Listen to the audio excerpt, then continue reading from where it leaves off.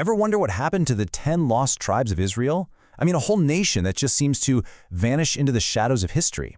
But what if the answer isn't on a map at all? What if this whole story of a lost people is actually about us finding a profound spiritual inheritance? Let's dig in. Okay, so let's just dive right into the heart of it. This is, without a doubt, one of the greatest mysteries of the ancient world.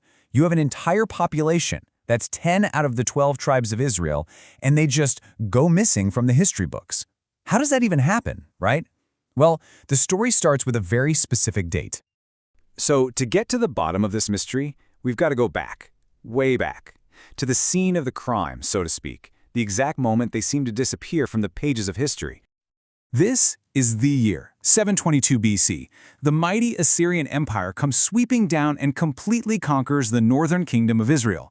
They round up the population and deport them, scattering them all across their vast empire. And just like that, poof, they're gone. Wipes from the map, leaving behind a puzzle that has fascinated historians and theologians for literally centuries. But here's the thing, this wasn't some random, out-of-the-blue disaster. The seeds for this disappearance, well, they were planted decades earlier, when the kingdom itself just fractured from the inside out.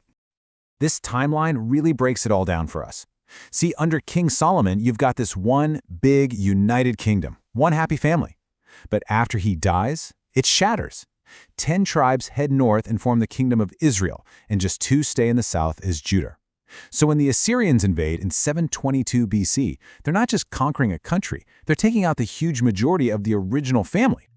And this, right here, is where the story takes this fascinating turn. We've been talking about history, about battles and dates. But the real story, it isn't about geography, it's about identity.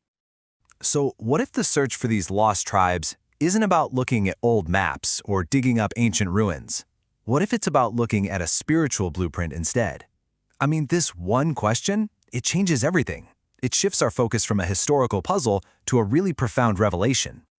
This gets to the very core of what it even means to be an Israelite. You know, the name Israel itself was literally born from struggle. It was given to Jacob after he wrestled with God all night long. He walked away with a limp, and that limp, it became his testimony. It was a physical sign of a deep spiritual transformation. This identity was never, ever about being perfect. It was forged in the fire of struggle.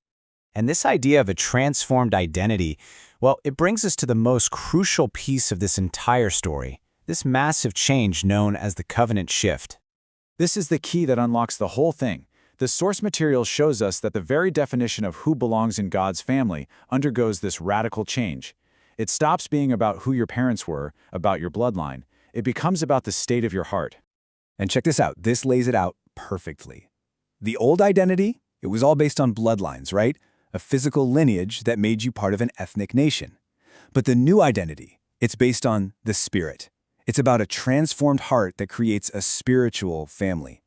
And that family is open to anyone. It's a complete redefinition. So, what happened to those lost tribes? Well, they weren't forgotten at all. Their identity was just redefined. This is where this powerful idea of being grafted in comes into play. Think of it like an olive tree. The original family of Israel is the main, cultivated tree. But now, wild branches, people from every nation, including those scattered tribes, are grafted into that same tree. They become part of the same living thing, drawing life from the same spiritual roots. This creates a new family, one that's way bigger and more diverse than any single ethnicity, with an inheritance that's open to all believers. So we've taken quite a journey, haven't we?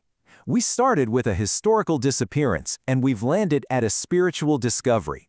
The mystery of the lost tribes actually leads us to the promise of being found. And this is really the ultimate takeaway. The greatest inheritance isn't something you're going to find in ancient records or through DNA tests. It's an inheritance of faith, a promise that is written directly on the heart. Which brings us to the final and most personal question of all. Are you found in this promise? If you believe that this inheritance is written on your heart, let us know you're part of this spiritual family. Just leave the words, "I am found in the promise," in the comments below.